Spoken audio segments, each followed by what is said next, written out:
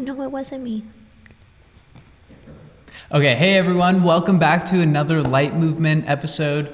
So in this episode, we have sort of decided that, well, and really for all the future episodes, we've decided that we're gonna just talk about what we're feeling in the moment. And by in the moment, I mean like each week, sort of. So, because honestly, let's face it, normally what happens is we put a topic up there and we do our best to stick to the topic, but eventually we just start talking about what's on our heart. And so we figured we might as well just talk about what's on our heart from the start and then figure out what the episode's after we finish. So, and we'll do that until we change our mind. Until we change our mind. So don't hold us to it, okay?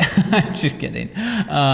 So last episode, I wasn't here last episode. Ellie, I talked with Dino. Yeah. You talked with Dino and you guys talked about? We were supposed to talk about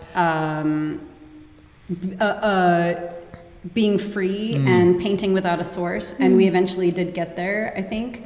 But we talked a lot about school and like the traditional education system and how it sort of squelches right brain development and that's a good topic. Yeah, I mean we didn't plan on talking about that, but Well, anyway, so that was a good podcast, I think.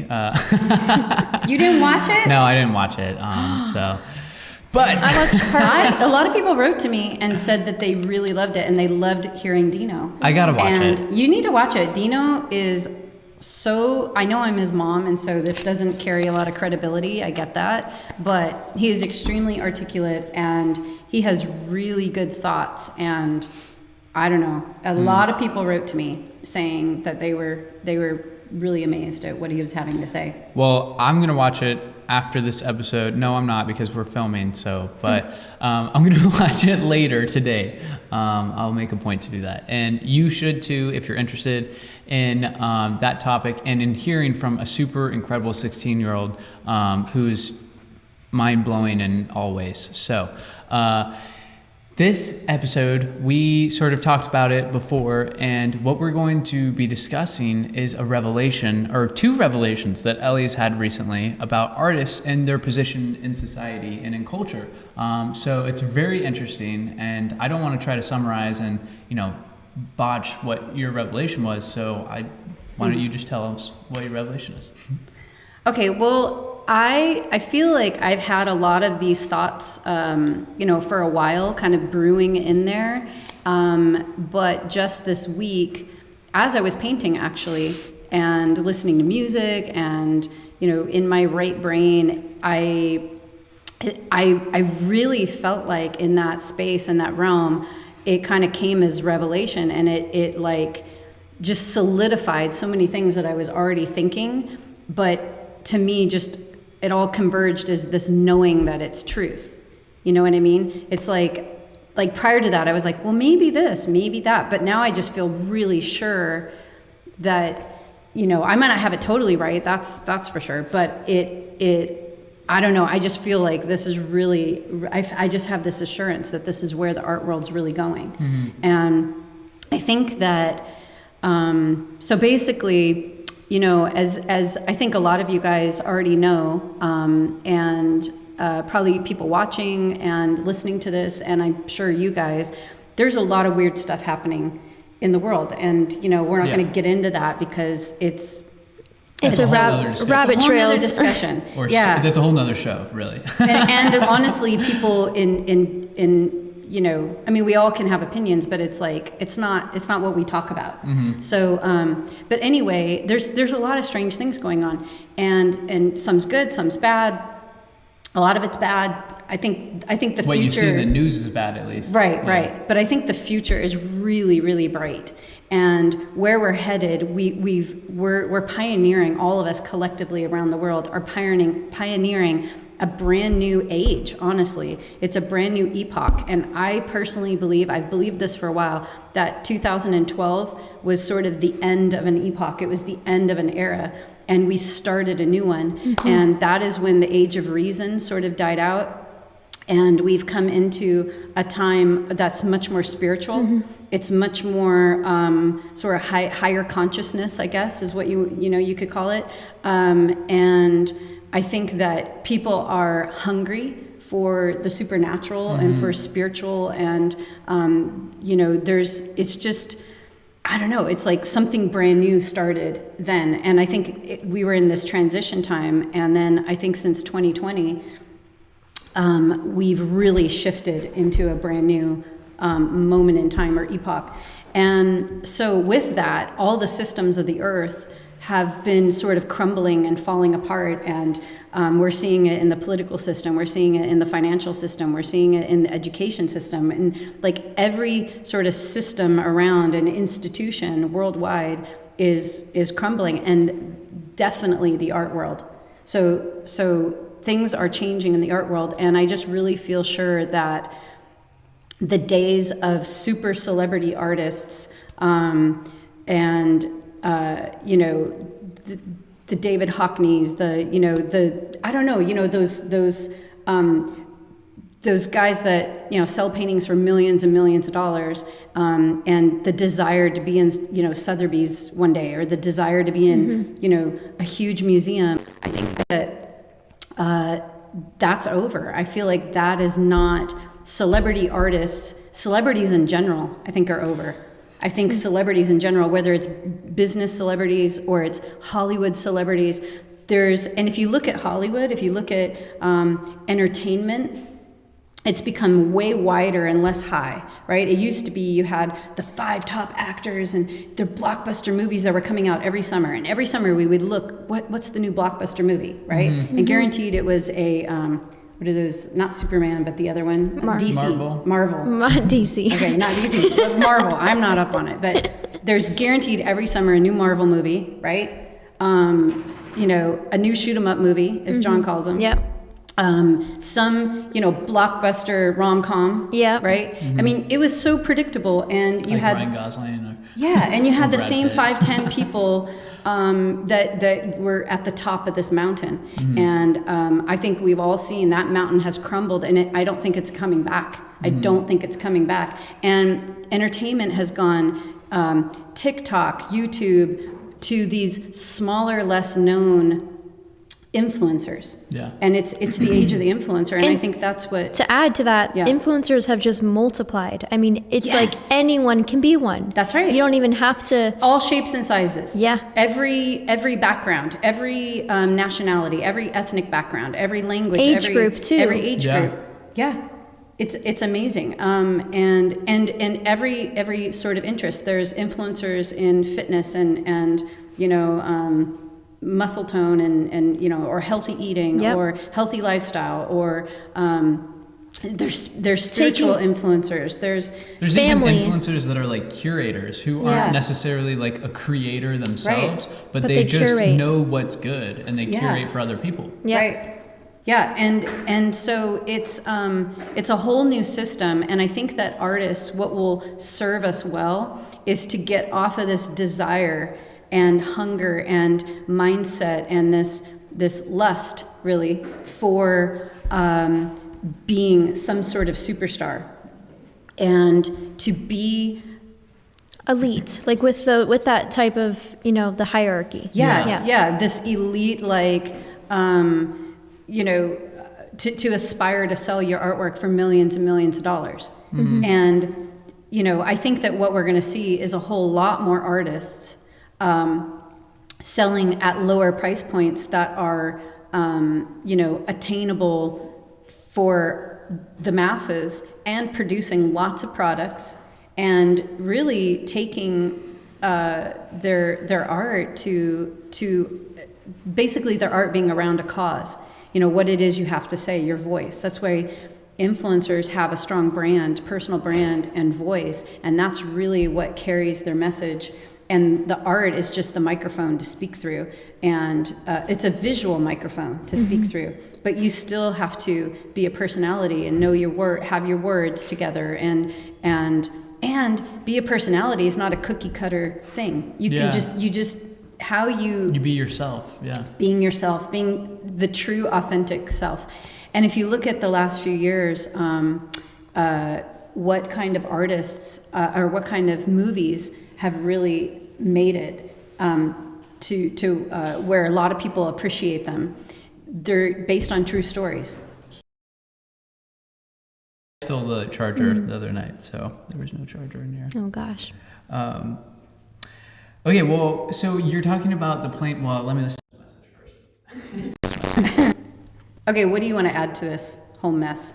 I just think it's a really interesting thought. Oh, we're back online. Yeah. Except the cameras are not. We can hear the audio, so. Yeah, it's black. Yeah, it was black. Okay. Here, I'll just go take a look real quick. You guys can talk. This is very off the cuff. All right, so what do you want to add to this? Or what are your thoughts on it? Yeah, I think, I mean, at first I was thinking, like, why should there be, I don't know, I was thinking, like, so it's wrong to strive to think, like, in what you're saying, you want your art to be more accessible to just the masses, and when you do have your art priced super expensive for hundreds of thousands, there's only a select a much smaller group of people that can afford that. And so I see your point. Like, I used to think maybe that is kind of the point. You want your art to just increase over time and have the value increased, and I don't really want that to stop. I like my art to keep increasing, but at the price range I'm selling now, that is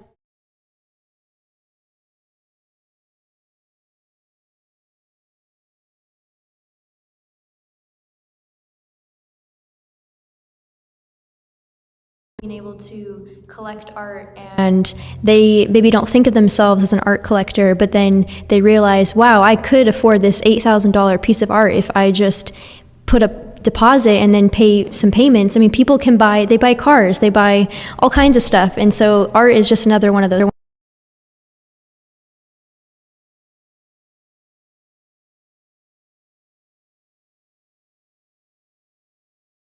You know, like, I don't know, like she has these ideas about these stars, you know, and celebrity, because that was the era she grew up in. Mm-hmm.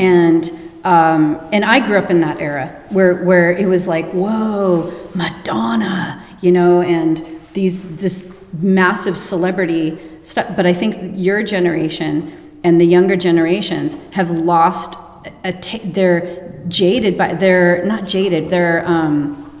spoiled by it. Like, it looks bad to them. It used to be the only way to get entertainment was through these elitist, like, I mean, with the music industry and for movies and Hollywood, that was the only way that you could be entertained. But now it's like we can listen to music on Spotify, and there's all these independent, smaller companies that, I mean, just the artists themselves can go on Spotify and upload their music, and that's how we're entertained now. And so we appreciate things on a more personal level based on that artist. Like, if you really love that singer, maybe they're not huge, but their music touches you, and that's what people care about these days. It's not about, I think everything has become a lot more personal and like connected. And now, like, I was just looking on, I think I'm a little bit ignorant about these things, so I could have this wrong. You guys can correct me if I don't have this right, but I'm pretty sure,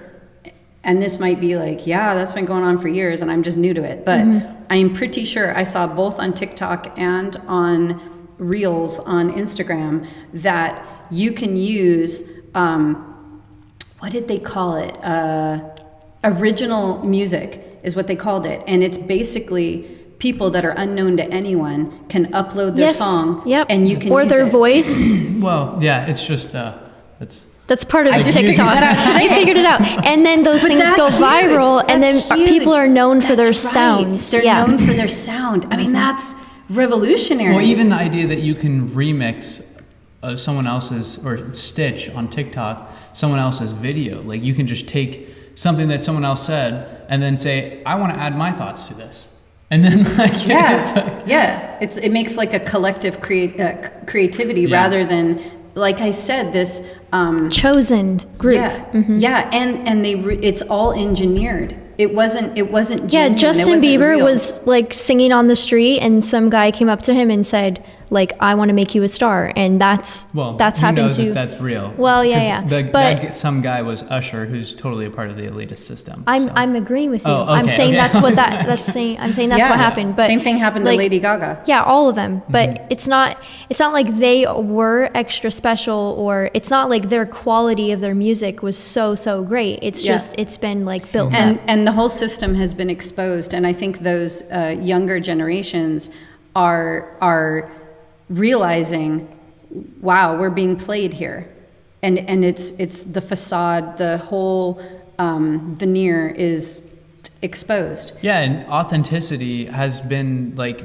it's more important now than it ever has been before, I think. And that's one thing that's like YouTube channels going down in the middle of a live. Like, I'm just kidding.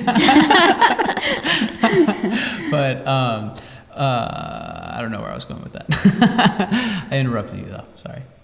You did? I don't know. I think Okay. I was done. Well, I did have one thought, Yeah. that I like. This was like 10 minutes ago or whatever, before we went down. Before we went down and And the before the dogs. dogs. Yeah. Well, the last podcast, Cyrus was dreaming and going, woof, woof, woof, woof. Yeah. Well, it was just the idea of like people not striving to be celebrities anymore. I think it's so healthy, really. Like, I think it actually is going to create a healthier culture in that, Totally. because people are going to not just do things to get likes or to get views. They're going to do things because They're they passionate love about the it. process. That's right. Exactly. And so it's going to just produce people who aren't, I think that it's going to produce people who aren't driven out by outward motivations, but by inner motivations. Yeah. So. And I think it's shown people that anyone can have like something special. Like Yeah. That's everyone, right. Exactly. Just we're all common people. Every one of us, we're all the same. But like everyone has their own gifts and things that they love to do, and now everyone can express that and get like other people connect to them because of the way they're sharing it. So yeah. Okay, this is a weird thought, but it just came to me. I don't know if it's true, so I'll just say it out loud and you guys tell me if you think it's true. But it's like a reverse renaissance. We're living in a reverse renaissance. We keep saying there's this new renaissance that's coming, but what it is a reverse renaissance. Because what happened in the Renaissance, like the big Renaissance, right, of 14 through 1600, right? The high Renaissance is the artist became a celebrity. The artist became a genius. And so you had Michelangelo and, Leonardo da Vinci, all these guys. Raphael, yeah. And still today, we hold them as these super celebrity artists. And it shifted out of where, God was the sum of all things to man was the sum of all things. And what that did is it made the genius the artist. And so Elizabeth Gilbert talks a lot about this, and it's really, really great. She writes this book, Big Magic, and then she has a podcast or a TED Talk. Yeah. So watch her TED Talk. She talks all about this. So that's what shifted things away from sort of this more virtuous thing where the artist, whether they were a musician or because the music industry, parallels this, right? So the Beethovens and the Mozarts and all that came about, in the Renaissance. And so the genius, the big shot happened then. And before that, it was seen that the genius came from the outside. It came from God, and the artist was simply the muse or the conduit. So in 2012, when the Age of Reason, basically we ended from the Renaissance until that ended, where man was the sum of all things, that ended in 2012. And now, I don't know what we're doing, but we're in a new epoch. I mean, I guess in time we'll be able to define it. And I think we've shifted away from that whole idea of celebrity and Lady Gaga and Madonna being the genius, and we've moved more into what you were saying. There's this outside, we're all collectively tapping into something deep and profound and spiritual, just slightly beyond our realm. And we're pulling little glimpses and pieces of that collective creativity, that creative spirit. And we all show and reflect and manifest a part of it.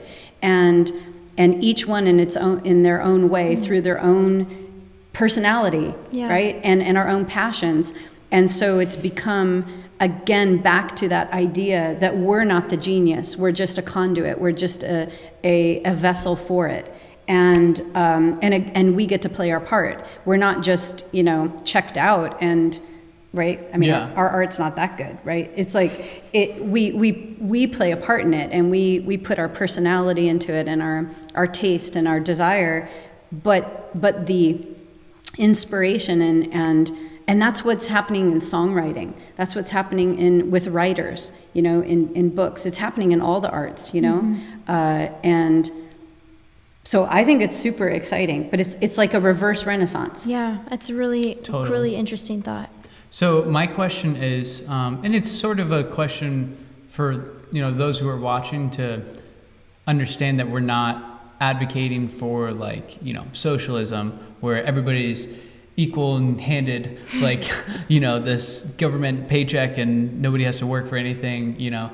So the question is where's the line between striving to sell your art for I guess not striving to sell your art, but striving to make a living from selling your art and maybe be wealthy from selling art, and then it's like anything celebrity, else. I think the market determines it. It's how people respond to it. And it's the quality of what you're doing. Yeah. If you're really, it's like the work, the effort you put in, you're going to see, that's what the price should be. It should reflect how much effort and where your skills are at. So someone who's less skilled or just starting out or doesn't have that demand or market, shouldn't price their work for thousands. I mean, that wouldn't work. So, but I think it's an interesting question. I was kind of wondering about that earlier because, because you sell your work in the tens of thousands, Here's the distinction.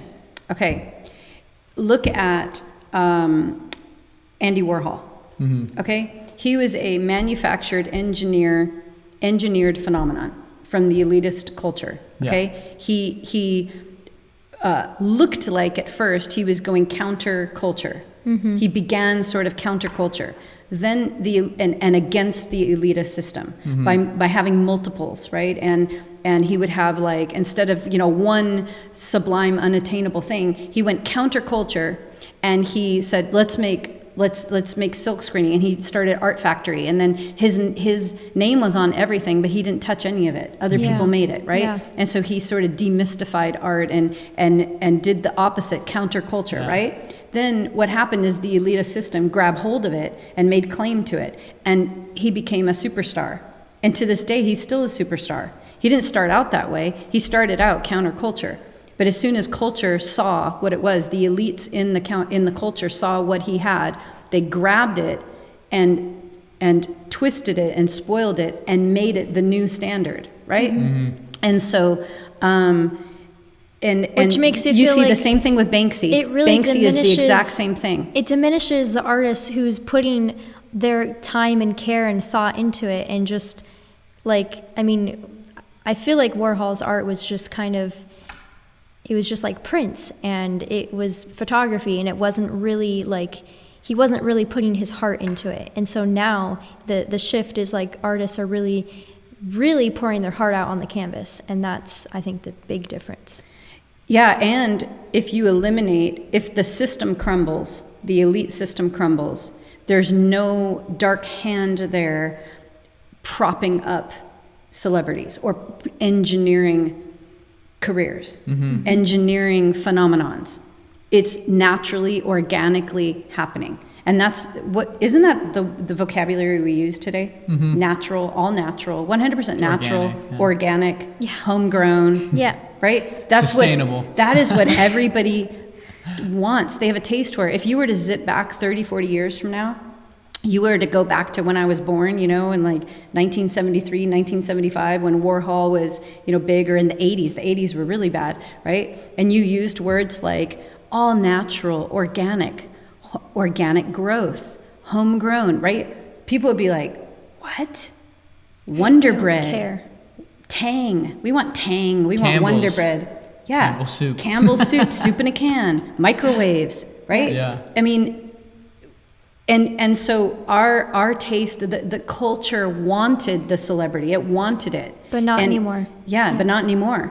And so who are the real heroes today? The real heroes is us. It's the masses. It's the people. It's we the people. Those are the heroes, because they are the ones that are driving the desire and have bankrupt that system. That system is done.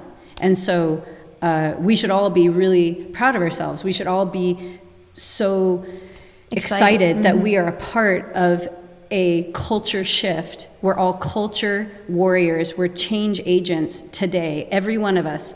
Every time you go to the grocery store and you buy organic, every time you look at the package and you read on the back, all natural, right? Or support local businesses and the farmers local businesses, and, the movement that's happening around the world. And it's not just here. I mean, I was just in Europe, and there are sections in the grocery stores. And I mean, at the Zurich airport, you had the standard grocery store. Okay, the Zurich airport's super cool. In the center of the whole airport is a shopping center. So if you have extra time or whatever, you just go to the shopping center and hang out until you're ready for your flight. So in there, they had two grocery stores right next to each other. They had the standard grocery store, which was really good. I mean, they had organic section. They had, all kinds of all natural stuff, really cool. Then right next to it was the only all natural, everything in there is like super homegrown, and it was right next to it, and you had this choice, so it's like, even in Greece, I was surprised to see that in Greece too. You can get oat milk in Greece. I mean, I know. You can get not just goat milk, that was but just oat last milk. year. This past year. That was a new thing.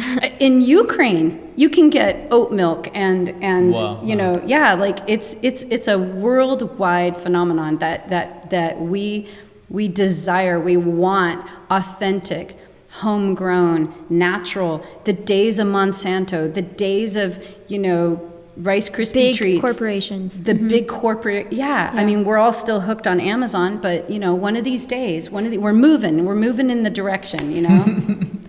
Yeah. I don't know how to feel about Amazon, because they support represent a lot of they support a lot of and they small- represent a lot. I mean, you can buy Small businesses and stuff. Yeah. I mean, the fact that we can put our paint on Amazon, says something, right?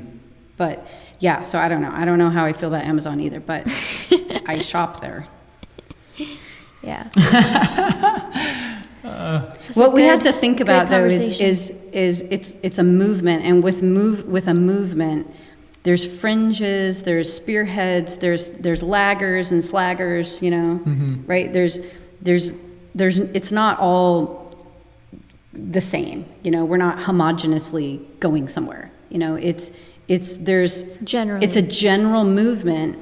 I'm sure there's still people that think, I think Kanye's, a superstar, because that's the final sort of dregs of where it left. Yeah. What was the second revelation that you had that we stopped you from telling us earlier? It kind of goes along with this, but I've always had this, I think every artist does. I don't think I don't think I'm unique in this, but I think every artist somewhere in the back of their mind, begins to worry about, I just saw somebody, okay, I won't go into that. Yeah, just explain yourself. I know. I don't want to get into trouble. Okay, so now I want to know.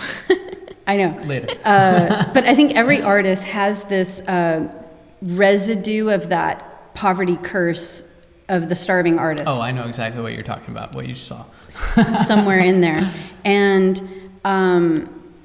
so, I even feel it trying to talk to me sometimes, and of course I'm not in agreement with it, and I talk against it all the time. But every once in a while, it's like it murmurs and it whispers and it says things. And every once in a while, I get this feeling like, we've created all this competition for ourselves, right? We've helped so many artists become professionals, and they're all selling their artwork, right? And I celebrate that, and I think that's great. And then, but then every once in a while, you think, well, how many of those sales could have been my sales, or right? And every artist has that sort of competitive, my art's a lot like their art. And so what if, or you think, well, what if we run out of people who want to buy art? There's so many artists today. What if we run out of people who, there's this lack mentality that haunts us, right? Mm-hmm. It happens to everybody. I've even heard you say every once in a while, I'm not saying it's the rule of the day, but every once in a while it creeps in there. Okay, but then what I realized is with every new artist that comes on the scene are 50 at least new collectors. I see it all the time with our students. They have their sort of inner circle or their sphere of influence. For some people it's 20 people, for some people it's 100 people, for some people it's 300 people, but there's this, let's say, average amount of people. Let's just be conservative and say it's 50. Okay, the sphere of influence that's watching them. They're watching them learn, they're watching them grow, they're watching their art develop, and they start buying it, right? Mm-hmm. They never bought art before. They've never ever owned an original painting. With every new artist that we raise up, we also raise up, we don't, they do, right? Also is raised up 50 new art collectors. Mm-hmm. And that seems to be about the ratio, And so those art collectors that bought that person's art, they're going to buy other art, because we all know once you start buying art, it doesn't stop, right? You keep buying it because it's so rewarding and it's so fulfilling. So as the amount of artists increase in the earth, which is happening every year, right? And we're doing our part, right? But there's other outside of us, there's other things going on. It's not just with our school, that's happening all over.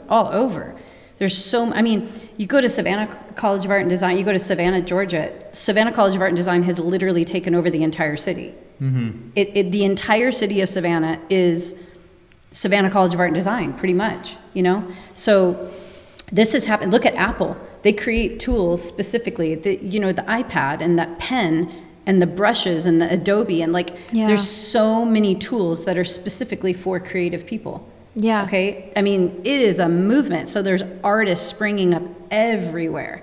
And what that's doing is as these artists spring up, there's this peripheral, much larger crowd, much larger population of admirers and appreciators and patrons of the arts.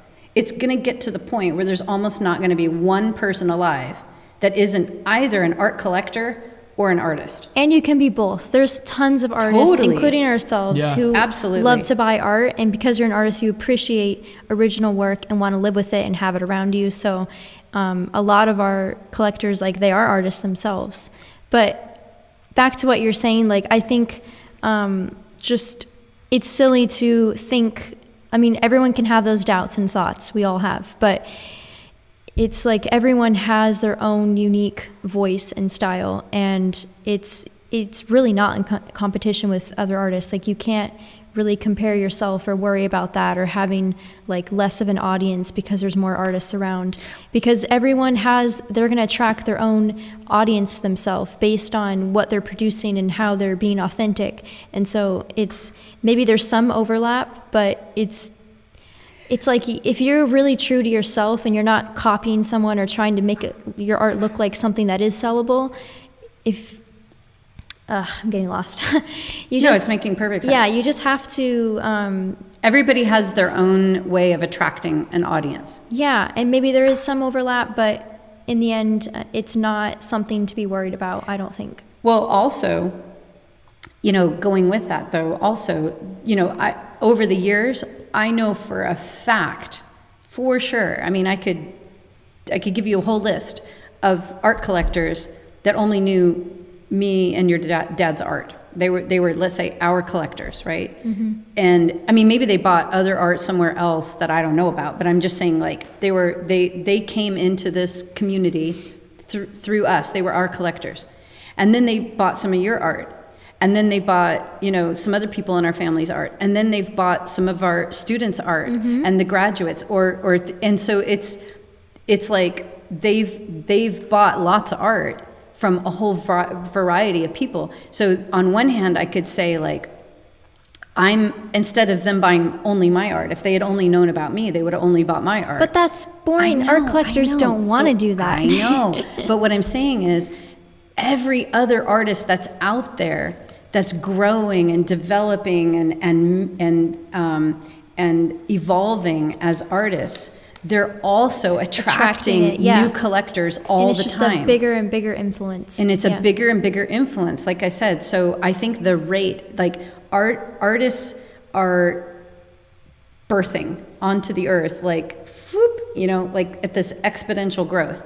But the collectors, it's like, you know, because there's and every collector that's a new collector that buys art, their friend comes over and goes, wow, you just got this painting, and then, well, show me how to, and then that brings more collectors. And buying art is so addicting, Yeah. and you can't just have one. You can't just spend money on like one original piece of art. Like potato chips. You got to have at least 10 in your house. Yeah. So for every one art collector, they're going to get at least 10 or more in their lifetime. Right, and they're gonna wanna explore other artists and not Yeah. just buy Yeah. from that one artist. I mean, that's how we feel. We don't want to just only buy from one artist. Right.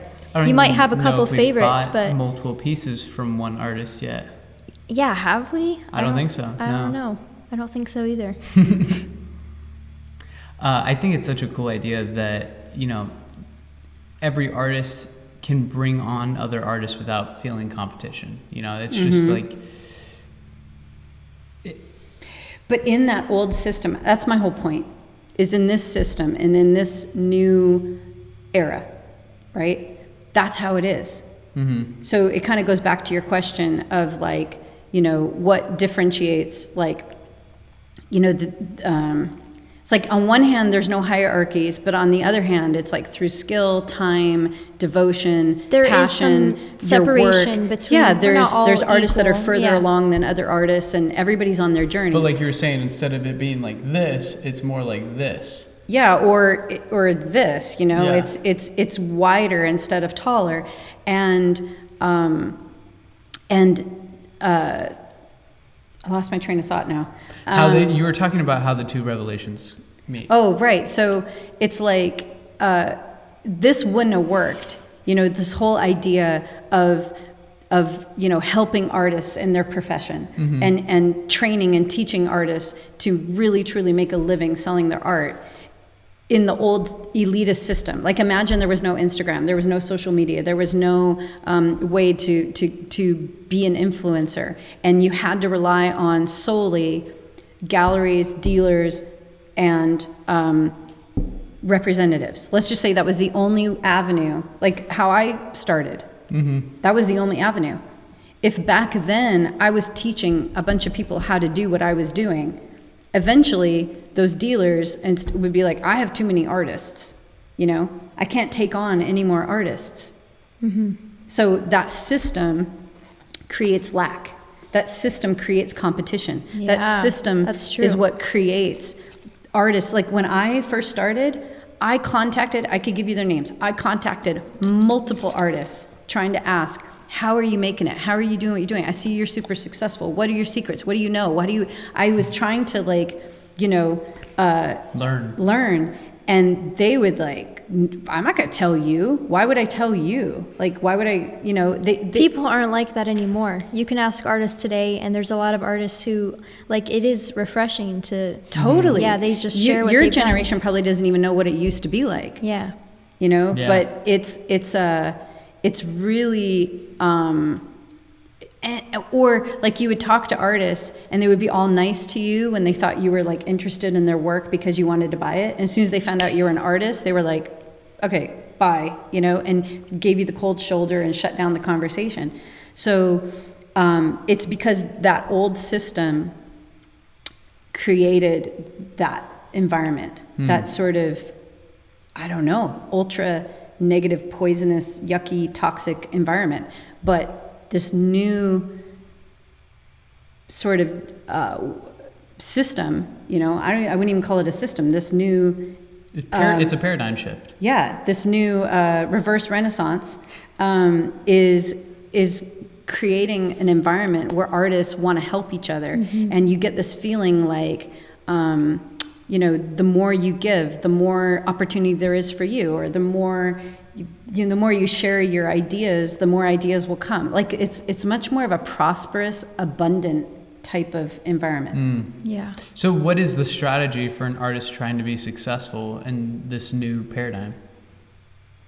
Well, The strategy would be to work hard. yeah, get the skills and just focus on what you love doing, and by just doing that consistently, you're going to build your skills automatically. But of course, if you take classes and learn from other people, then it'll happen faster. But yeah. I think that's why beauty, positivity, inspiring, hope is what is propelling and compelling, what is the motor behind this movement, this reverse renaissance.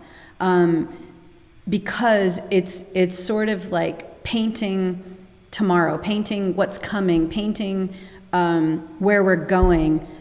Whereas in that elitist system, the old art was much darker, and it was reactive, and it had like a lot of the art was like, sorry to interrupt, but it, like what you're saying, it's darker and it's more like left brain, like they're trying esoteric. to illustrate an idea and yeah. like force something where you have to try to figure out what that Yeah. painting is. And because they're all striving to be a somebody. They're all striving to break some box, to be the new something, to be cool, to have something that's controversial and edgy, Yeah. and they're gonna A commentary on society. you know, and Andy Warhol, an iconoclast, Yeah. instead of true, genuine, heartfelt, what's in here that's coming out, you know, instead of what do I think is going to, it's like the chess game's over, checkmate.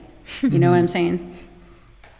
It feels like it's like a revelation in the sense where, like, to me, it's none of the individual components are new because we've been talking about all of these things, but putting it all together as like a paradigm shift for society in general is the revelation to me. Yeah. Like that's like just the idea that like it's like on a foundational level, you know?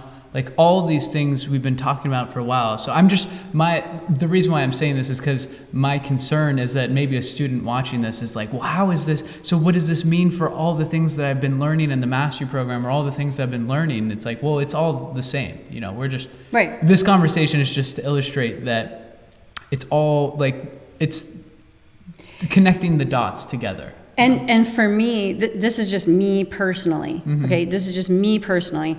We've talked about this so many times. We've done even podcasts on this in the past, Yeah. right? I mean, honestly, bits and pieces of it.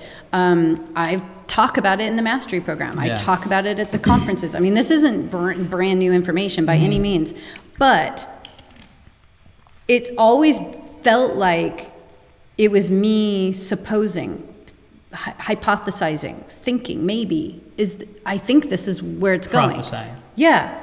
But it was like this week painting, I had a knowing, a deep, profound knowing, this is truth. This is really where it's going. This is really, you know, the tip of the arrow. Like, this is it. And it's like, I don't know, prior to that, I mean, I felt pretty sure about stuff, but it didn't feel like there was like a confirmation from above, you know? There wasn't this stamp of approval from heaven going, yep, that's where things are going, you know? But this week I felt like I sensed that. I know that sounds really cool, a little out there, but that's what and I was painting angels this week. So, you know, it was, and I was thinking about that too, like, that's what your painting's about.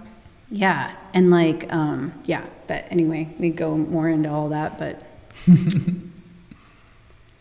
It's a really deep thought. And I think that it's like we were saying before, it's really similar actually to what we were listening to in the book, The 7 Habits of Highly Effective People. I'm listening to that book right now, which is a fantastic book. I highly recommend it to anyone who hasn't read it yet.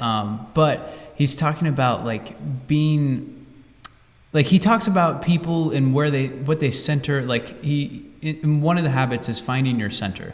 And a lot of people, I feel like what you're talking about is they have their center in society or in celebrity, Idols. like they're idol centric. Yeah, exactly. Yeah. And what this is it's moving more towards like a purpose centric. Purpose. Like you're yeah. centered around a purpose. We're living in a purpose-centric world going forward. Yeah. And I think that, I mean, it makes me so excited to think about all of the ramifications of what this is going to entail. Because if everyone's living in their purpose, I mean, you've been talking about it since you went to Cincinnati and you saw what it was like when all the people were living out their purpose, you know. But I mean, it's just it's snowballing, and sometimes you don't feel it in the moment, but then that's just because the snowball just reached like another point where it's about to roll down even faster. You know, it's like almost like this. It's not a straight hill down. It's like this hill with like ledges. And it like gets to the ledge, and then it's like back down. You know, and we're right at another ledge, and we're steamrolling down the hill, snowballing down the hill. Yeah, and the interesting thing too is, you know, when we were talking about just a minute ago, like in art history and you know, this esoteric sort of mental gymnastics type artwork that was like trying so hard to be, you know, counterculture and, you know, distinguish yourself, you know, in this certain way, so that you're a celebrity or so that you're known or one of those things, right? I was thinking about Duchamp, who's known as the father of conceptual art, right? Mm-hmm. And Marcel Duchamp is like, you know, the elitist hero of the 20th century, right? And I'm sorry, but it is mental gymnastics, and it is definitely the ultra elitist, snobby, esoteric, cruddy art, you know, like put a urinal in a whoa, I'm so revolutionary, and you know, or put a mustache on Mona Lisa. Or you know, banana peel. Yeah, the banana peel, exactly, with the duct tape. Exactly. Yeah. That type of art, we're over it. Nobody cares anymore. And did you know that at the end of Duchamp's life, he said, art is dead. I'm going to go play chess now. Mm-hmm. Oh, weird. Yeah. Isn't that weird? And I'm telling you, that whole thing, checkmate. It's done. Mm-hmm. You know, there's no more chess for artists. Yeah. Wow. It's just an authentic expression. So, which is what it was always meant to be. What is the difference? I've heard the term art for art's sake, and like this idea. Could you just explain the difference for me, like of like art for art's sake versus like what we're talking about with like art and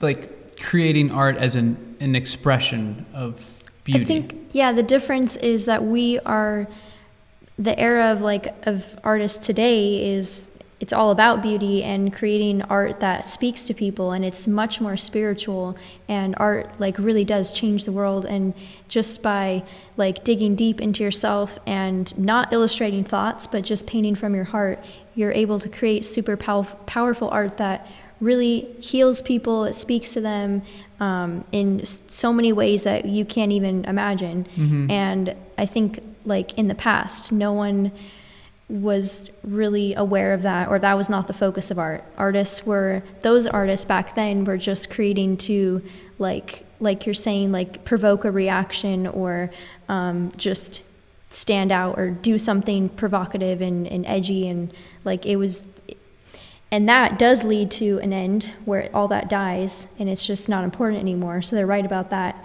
But I think that's the difference, is creating art that is really what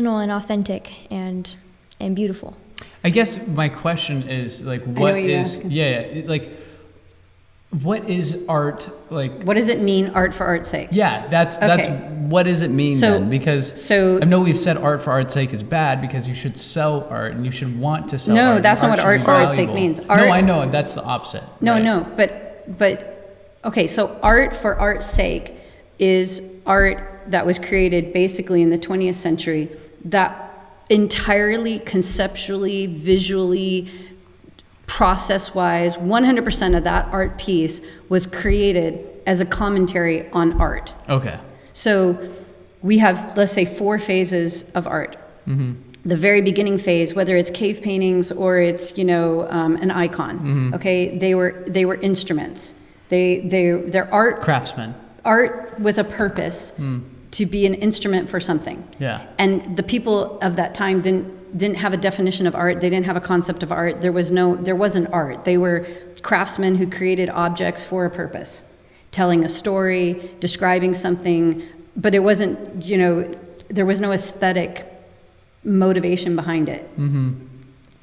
And For the most part, yeah. For the most part, it was because people weren't collecting it. It was like a church collecting it, if in icons. Yeah, it was regular used to tell a people, story. yeah. It was okay. So With then cave paintings, I mean, there's no real way of like, I mean, who knows what they were doing? there was no self-expression. There was Yeah. no self-expression. Yeah, it was just animals swaying in the campfire. Yeah, but it was like, I have this ability. I'm going to draw these animals on the cave wall, and it's going to teach how to hunt. It's going to teach the generations. It'll, so there was a purpose for it.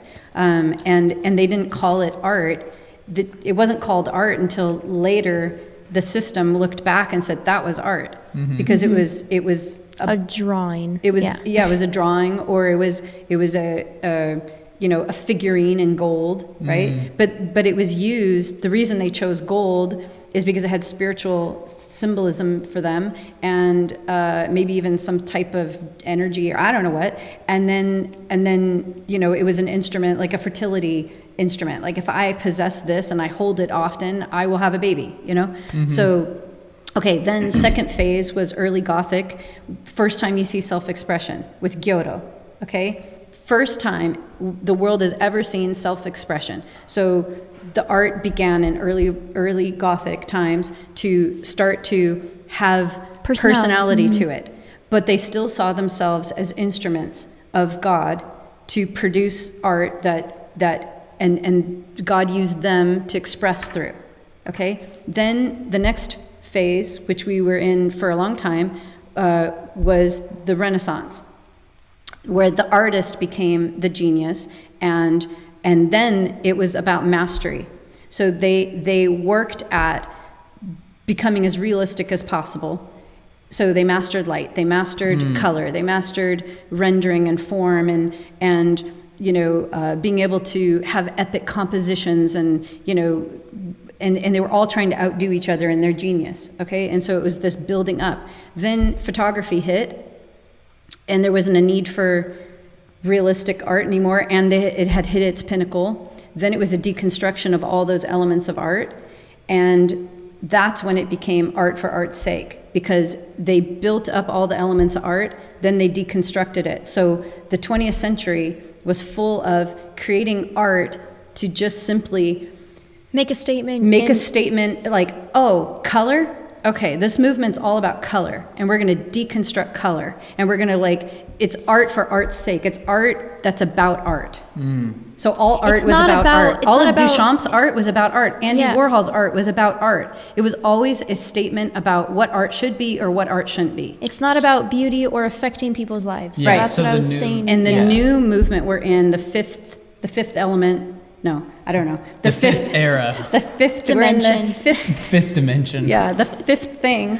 That was a zipper, by the way, guys. That wasn't me farting.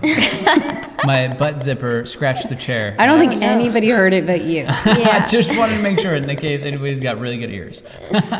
So The fifth dimension. The fifth dimension. The fifth fart. No, the fifth. Fifth era. The fifth era Okay. of art is what it is now, and I think you need time to look back to really be able to define it. But what it feels like to me is that yes, it's a culmination It's of a all of it. window of heaven. Yeah, it's artists like from the first phase create an instrument, something that is also for the other person to be in some sort of agreement with or connection with, and the art is used as a utility to take you somewhere, whether it's opening your mind to something or pulling emotion out or transformation of some sort, right? Or a window into another realm or whatever it does, but it's an instrument. It's transformative. That's mixed with second phase of self-expression. Yeah.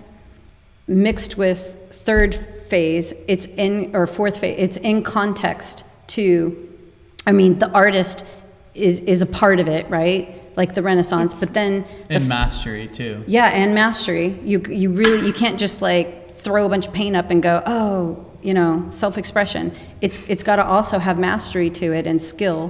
And we have to honor our predecessors, right? And gain from them and what they taught us.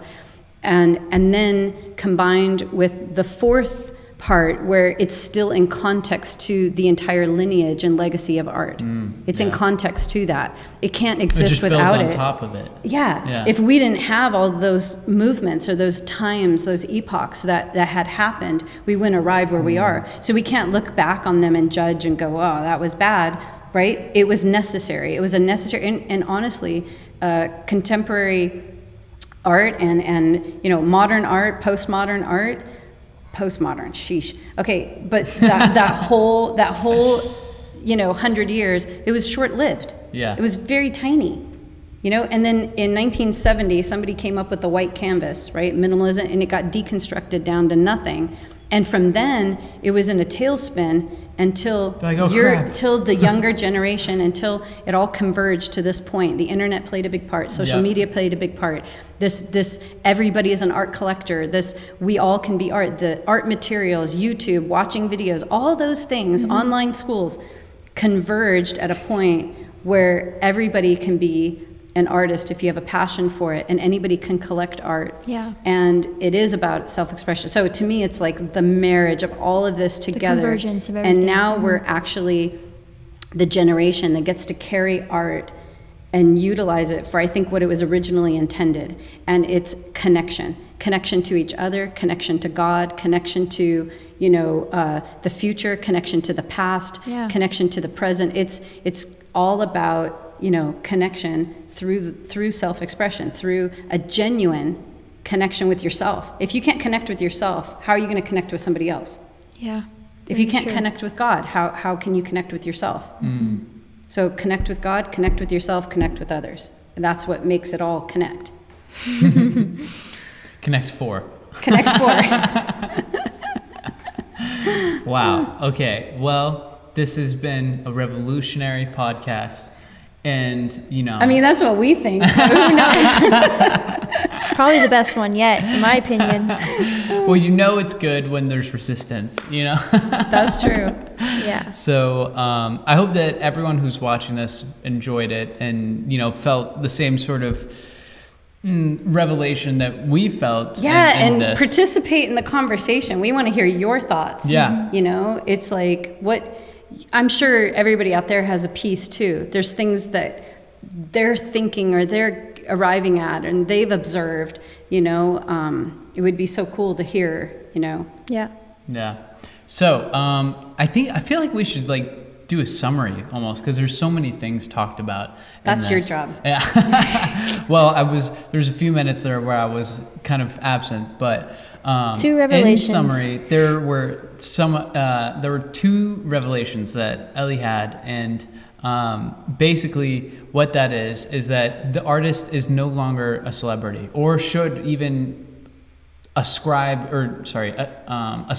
to be a celebrity, and that's because it's the playing field has been leveled, and it's basically breaking down idolatry. Instead of trying to sell art for millions of dollars, you should aspire to sell a lot of art for thousands of dollars and build a living through, mastery and having a huge sphere of influence rather than trying to, or hoping that someday you might be ordained by the elites as, as an amazing artist. So no more labels, basically. And so that's one. 2 is that every artist that you get to be an artist means 50 more art collectors. That's that summarized. So build up more artists. And we all have share. Your friends be we artists. all share. Yeah, exactly. It's that there is no lack. So there is no lack. there is an abundance. And then this last part is art for art's sake. The reverse Renaissance. Yeah, reverse Renaissance, of course. And art for art's sake is dead. It's art for beauty's sake now. So I hope you guys enjoyed this podcast. And we have decided, next week we have our abstract week. So that's going to be 6 days of abstract boot camp intensive workshop. That was going to be incredible. It's going to be so fun, and everyone who joins is going to create 3 large abstract pieces, and so that's going to be really and a bunch fun. of experiments. Yeah, tons of experiments, just lots of techniques being taught by Ellie, Deidre, I went the wrong way on that one, Ellie, Deidre, and John, and so that's going to be a lot of fun. We're doing it online and in person, so if you want to join us, go to our website, milanartinstitute.com, and check that out. It's on the homepage right there, so it's not too late to join. That starts on Tuesday. And so that being said, the reason I mentioned that is because we won't be able to do this next week on Saturday. Yeah. So, and we're see you thinking the about following week. moving the day to Thursdays. Yeah. Thursdays at 5 p.m. ET. So Yeah, because it's we Weekends are keep harder. having to do different things on Saturdays. exactly, Yeah. yeah. Saturdays just don't work, or it's hard. So So hopefully that works for you guys. yeah, let us know what you think of that time. So thank you guys for joining. We hope you guys enjoyed this. If you liked it, share it with an artist that you know, so that way you can get 50 new collectors. And if you want to get notifications, there's a bell somewhere. Yeah, Do you know on the anything about YouTube that? channel, Yeah. if you hit bell, like if you subscribe to our channel and you hit the bell, then you'll get notifications when we go live and add new videos to YouTube. So Yeah. you should do that. Thanks for joining us, though.